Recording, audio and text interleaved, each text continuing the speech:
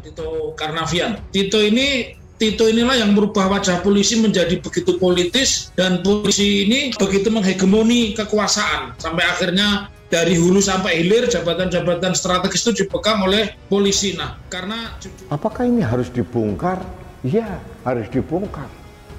Tapi tidak perlu membongkar sarang tikus lalu lumbungnya juga ikut terbakar. Jadi itu pentingnya kenapa kita selalu mengingatkan agar peristiwa semacam ini betul-betul diselesaikan dulu masalah dasarnya. Karena mungkin strukturnya tidak bisa menopang apa yang menjadi keinginan waktu itu Kapolri ya. Kapolri pertama kan Bapak Tito Karnavian. Kita tahu Pak Tito Karnavian itu melompat sangat banyak untuk menjadi Kapolri. Dia melompat sekitar 6 atau 7 angkatan di atasnya. Jadi dia memiliki dua jabatan sekaligus. Di satu sisi dia Direktur Tindak Pidana Umum Dirpidum Bareskrim Mabes Polri, di sisi lain dia juga menjabat itu. Karena Satgasus ini menjadi semacam pasukan elit, dalam tanda petik pasukan elit, karena dijabat oleh Sambo, sementara Sambo ini memiliki jabatan sebagai kepala provosnya polisi, ya, otomatis ini menjadi sebuah masalah serius. Bahkan Satgasus ini bukan hanya ditakuti oleh orang-orang di luar polisi, Kapolda pun takut. Profil dan biodata Tito Karnavian, mantan Kapolri terkaya, sosok di balik melejitnya karir Ferdy Sambo. Karir Irjen Ferdy Sambo bisa dibilang melejit sangat cepat sebelum akhirnya terlibat dalam dugaan kasus penembakan Brigadir J. Ada beberapa sosok jenderal besar yang membantu Ferdy Sambo naik dengan cepat dalam karirnya sebagai polisi. Lihat saja sebagaimana Ferdy Sambo melewati beberapa seniornya yang menjadi jenderal bintang 2 paling muda. Salah satu sosok yang paling berpengaruh dalam karir Ferdy Sambo adalah mantan Kapolri yakni Jenderal Tito Karnavian. Ferdy Sambo berdinah di bawah Komando Kapolda Metro Jaya Irjen Tito Karnavian. Dia bersama di Treskrimum Polda Metro Jaya waktu itu, yakni Kombes Krisnamurti, kerap mendapat sorotan media. Dalam perjalanannya, Sambo mampu melampaui atasannya tersebut yang masih bintang 1 hingga sekarang. Saat ini, Krisnamurti masih berpangkat Brigjen atau bintang 1. Pada pertengahan tahun 2016, Sambo pindah posisi dengan mendapat promosi pangkat Kombes di Mabes Polri. Kala itu, Presiden Jokowi sudah melantik ex-kepala BNPT Legend Tito Karnavian menjadi Kapolri. Tito pun menyandang jenderal penuh atau bintang 4. Di Mabes Polri, Ferdy Sambo pertama menjabat sebagai Kepala Subdirektorat 5 di Tipidum Bareskrim Polri. Hanya beberapa bulan ia dimutasi ke posisi baru menjabat Kasubdit 3 di Tipidum Bareskrim Polri. Setelah 2 tahun, Tito menunjuk Ferdy Sambo sebagai koordinator staf pribadi pimpinan Polri. Ferdy Sambo pun menjadi pimpinan ajudan dan staf yang terus mengawal pergerakan Tito Karnavian selaku Kapolri. Presiden Joko Widodo memanggil Tito Karnavian untuk menjadi menteri ke istana pada 21 Oktober 2019. Ferdy Sambo terlihat ikut mendampingi bersama Kadif Humas Polri, Irjen M. Iqbal. Ferdy Sambo memang terlihat dimanapun Tito Karnavian berada. Ketika akhirnya Tito masuk kabinet, kemudian keduanya berpisah. Sepertinya Tito Karnavian sudah menempatkan orang kepercayaannya itu untuk naik bintang. Tito Karnavian juga sukses menitipkan Sambo kepada penerusnya.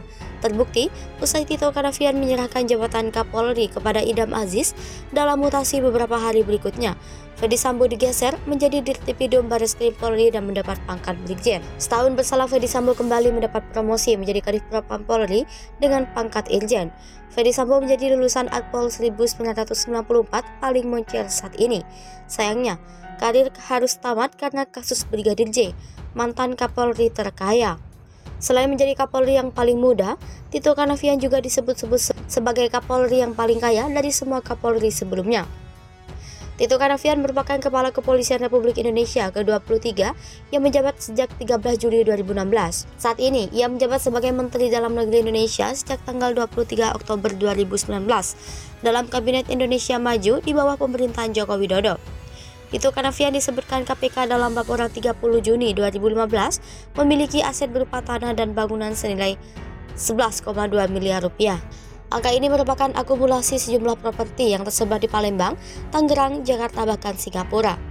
Terkhusus aset Singapura, ia ketahui menguasai bangunan seluas 120 meter persegi yang berasal dari hasil sendiri. Perolehan tahun 2008 dengan NJOP 3 miliar rupiah. Lalu, Tito Karnavian juga disebutkan memiliki harta bergerak lain 160 juta rupiah serta giro dan setara kas 1,8 miliar rupiah. Total harta yang diperoleh 13,2 miliar rupiah. Namun Tito Karnavian juga mempunyai kewajiban membayar utang sekitar 2,99 miliar rupiah yang terdiri atas utang pinjaman barang 2,91 miliar rupiah dan utang kartu kredit 76 juta rupiah. Dengan begitu, harta bersih Tito Karnavian pada saat laporan ini dirilis oleh KPK adalah berjumlah 10,29 miliar rupiah. Profil Tito Karnavian, nama lengkap Tito Karnavian. Profil Tito Karnavian, nama lengkap Tito Karnavian. Agama Islam, tempat lahir Palembang, tanggal lahir zodiak, istri Tri Suswati. Biografi Jenderal Polisi Tito Karnavian adalah Kepala Kepolisian Negara Republik Indonesia saat ini. Tito Karnavian lahir di Palembang, Sumatera Selatan, 26 Oktober 1964. Tito Karnavian menjalani pendidikan di SD Saverius 4 di Palembang, lalu ke SMP 2 Saverius 2 di Palembang, serta SMA Negeri 2 Palembang. Pasca menempuh pendidikan dasar, Tito Karnavian melanjutkan pendidikan akabri pada tahun 1987. Di tahun 1993, Tito Karnavian berhasil menyelesaikan program postgraduate di Universitas Exeter di Inggris dan meraih gelar MA pada bidang Police Studies. Tak cuma itu, Tito menyelesaikan pendidikan di Sekolah Tinggi Ilmu Kepolisian di Jakarta tahun 1996 dan meraih serata 1 dalam bidang Police Studies. Tito juga mendapat gelar PhD dalam jurusan Strategic Studies with Interest on Terrorist and Islamic Radicalization di S. Rajaratnam School of International Studies, Nanyang Technological University, Singapura pada 2013 lalu.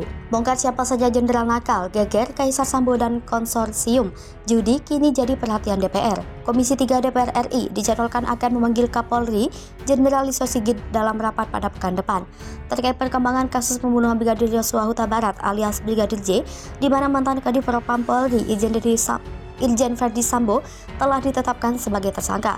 Selain itu, Komisi 3 juga akan meminta penjelasan terkait munculnya isu kekaisaran Sambo dan konsorsium 303 di internal Polri.